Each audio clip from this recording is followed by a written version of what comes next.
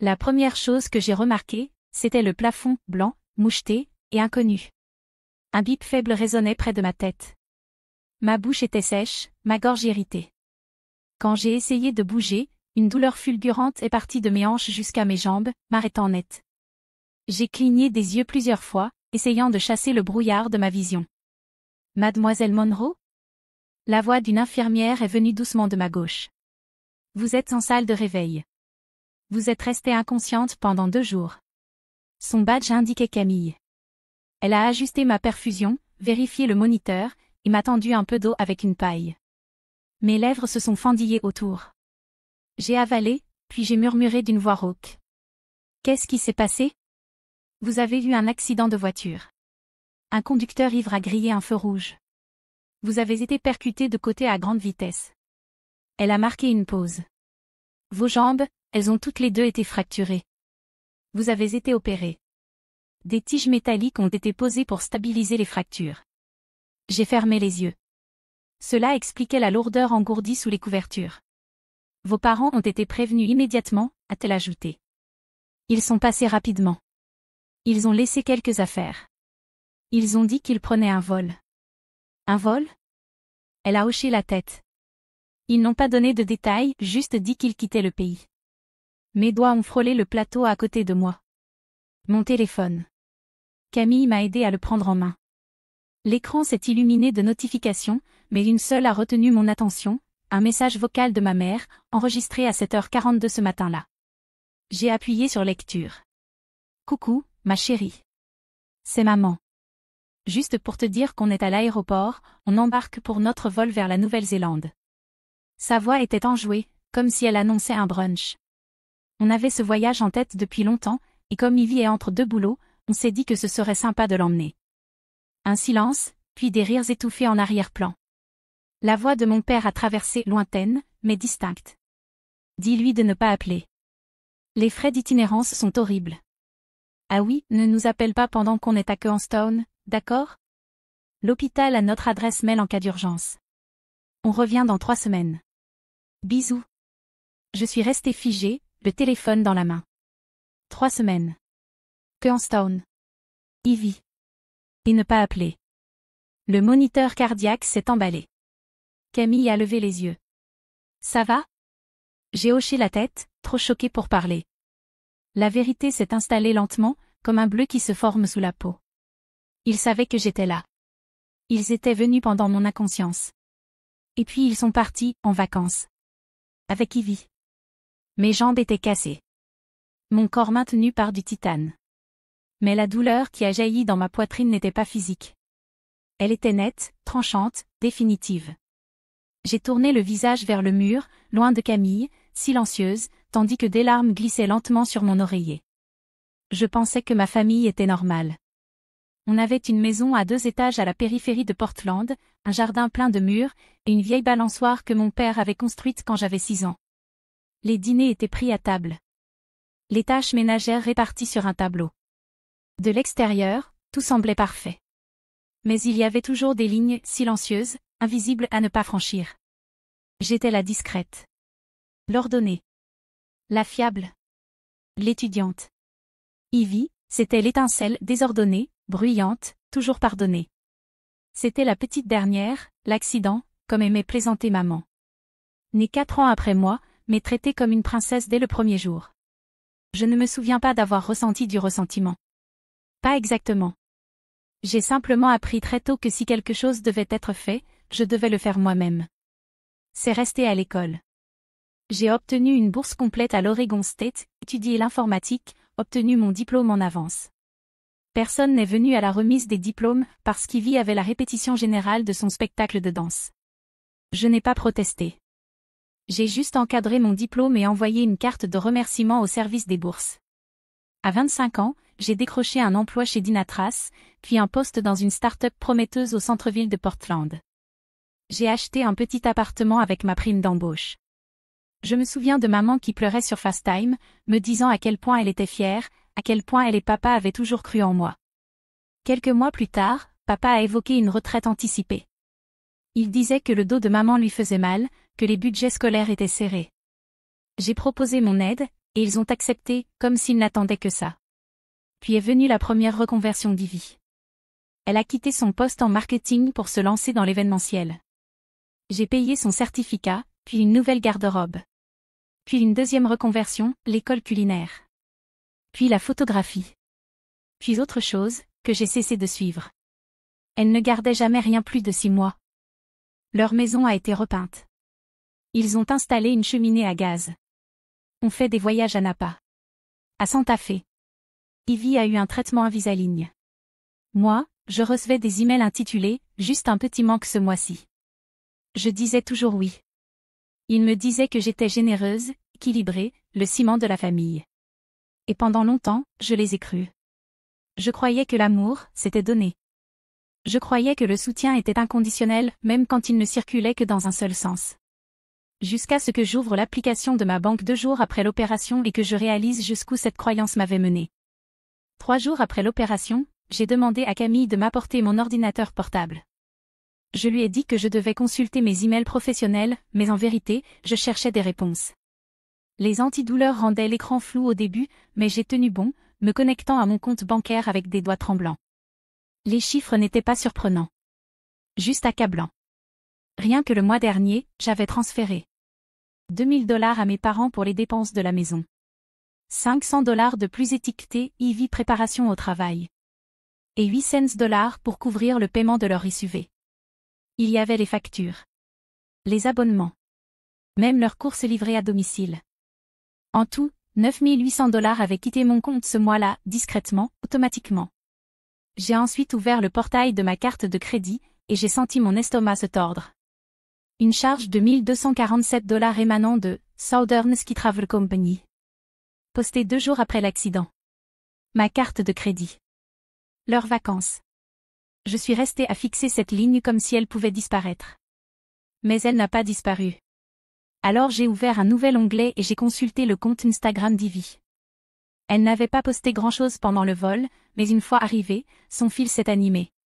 Une photo d'elle en peignoir douillet, tenant une flûte de boisson pétillante sur un balcon avec vue sur un lac, le lac Wakatipu, si mes souvenirs de géographie étaient bons.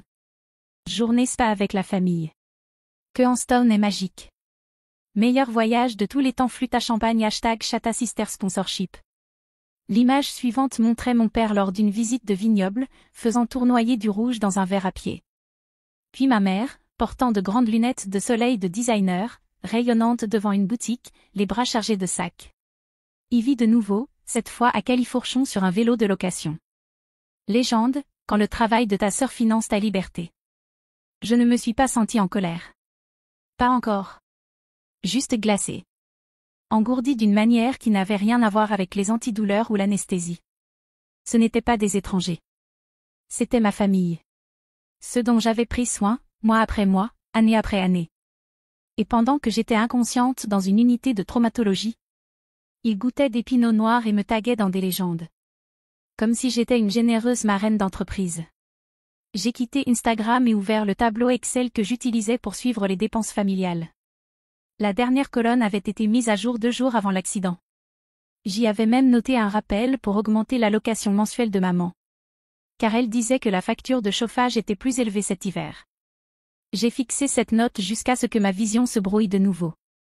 Pas à cause de la douleur cette fois, mais à cause de quelque chose de plus profond. Je leur avais tout donné, du temps, de l'argent, ma confiance. Et ils l'avaient empaqueté dans des valises. Avaient monté à bord d'un avion.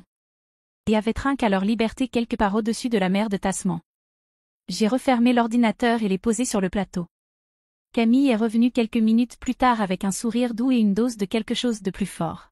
« Essayez de vous reposer », dit-elle en ajustant mes couvertures. J'ai hoché la tête, mais le sommeil ne venait pas. Mon esprit avait déjà commencé à dresser une liste que je ne savais pas que j'aurais un jour besoin de faire. La première fois que j'ai prononcé le mot fraude, Camille n'a pas scié. Elle a simplement demandé. « Voulez-vous que j'appelle l'assistante sociale de l'hôpital ?» C'est ainsi que j'ai rencontré M. Reyes, doux mais perspicace, avec le genre de calme qu'on souhaite avoir dans une pièce quand tout semble prendre feu. Je lui ai tout raconté. Comment mes parents avaient accès à mes comptes. Comment je couvrais leurs dépenses depuis des années. Comment ils avaient utilisé ma carte de crédit pour partir en Nouvelle-Zélande 2 jours après que j'ai failli mourir.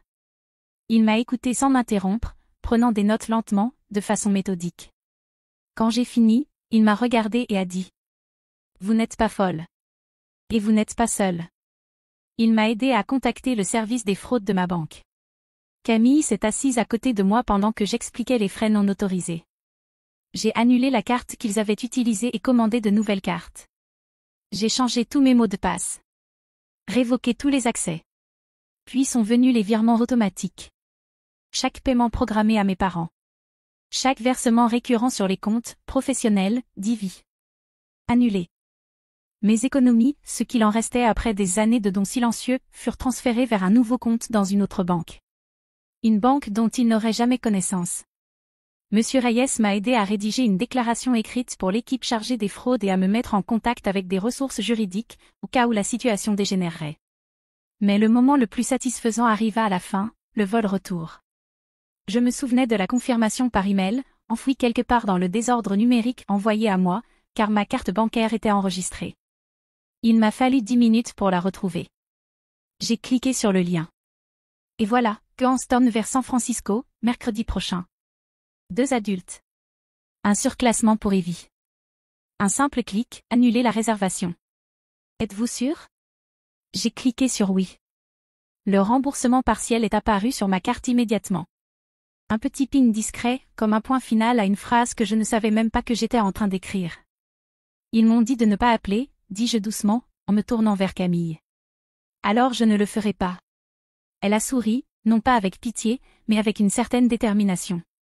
Dis-moi si tu veux que je t'aide à rédiger un email à la compagnie aérienne. On peut préciser que la carte a été utilisée sans autorisation. J'ai hoché la tête, inspirant profondément. L'air semblait plus clair. Ce soir-là, tandis que le ciel dehors prenait une teinte ambre douce, je suis restée allongée à fixer le plafond, comptant à rebours chaque service que j'avais rendu. Chaque fois où j'avais dit oui alors que je voulais dire non. Je ne me sentais pas héroïque. Je me sentais vidée. Mais pas brisée. Il m'avait laissé dans un lit d'hôpital et avait pris un vol vers une vie qu'il pensait que je financerais toujours.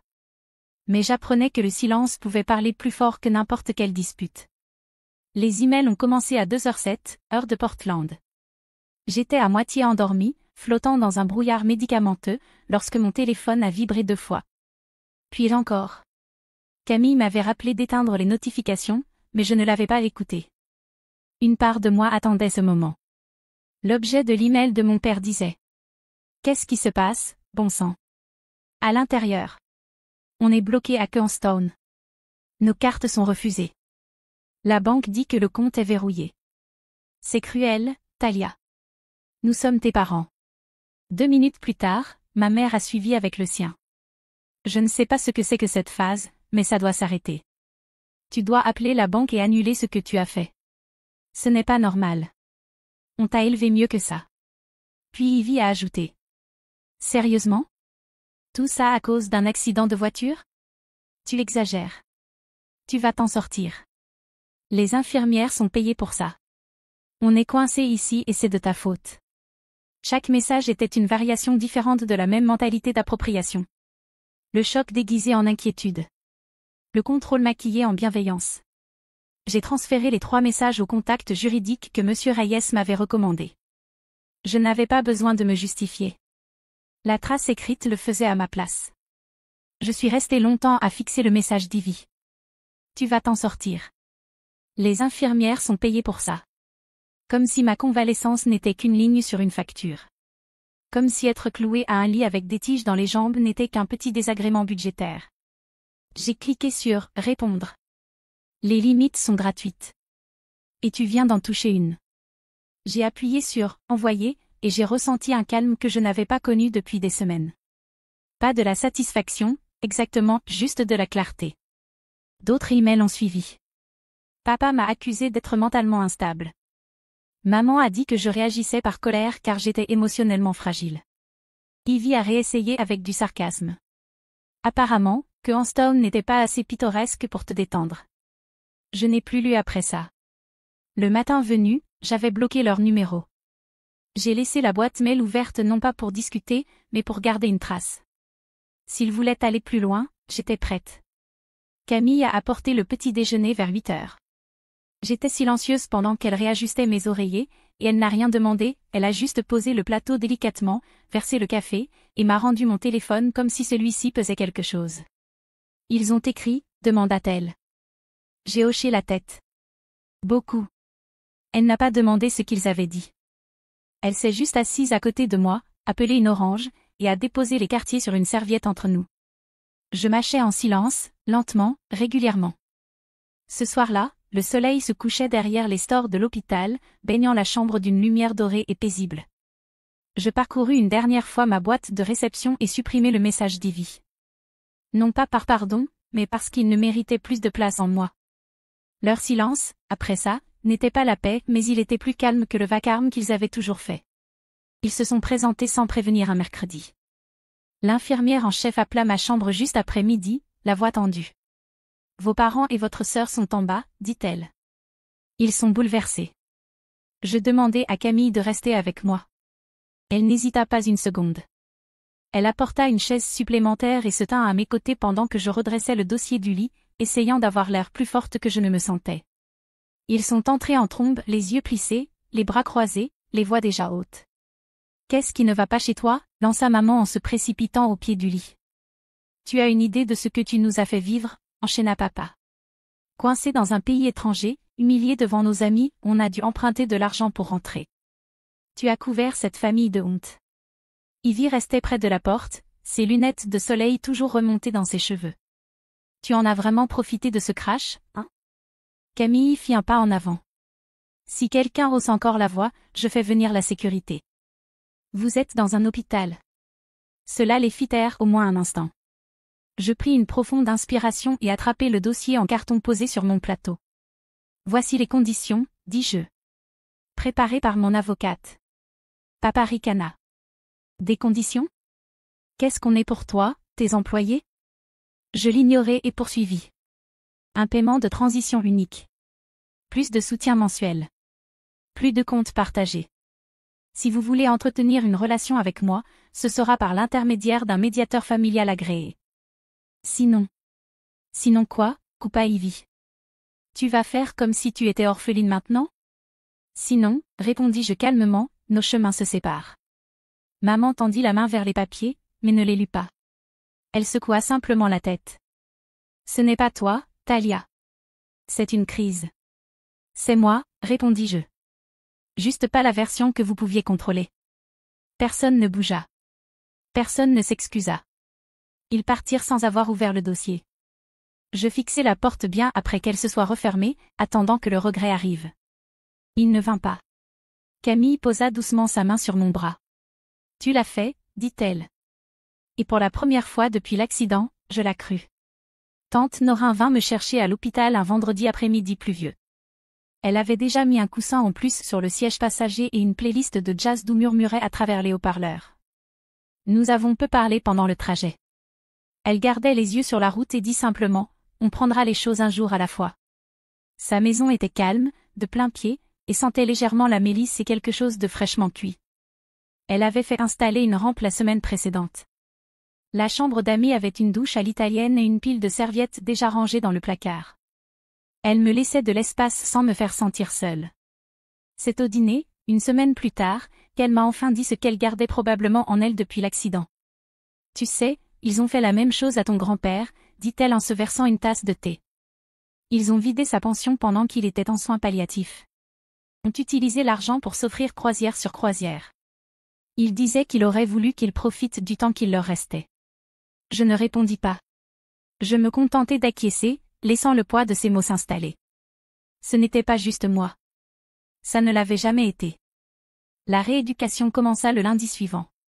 C'était éprouvant, chaque mouvement ressemblait à tirer mes membres à travers du béton. Mais chaque séance se terminait par un progrès, même minime. Tenir debout, garder l'équilibre, faire 3 pas avec un déambulateur. Je continuais. J'ai repris contact avec des amis que j'avais perdus de vue.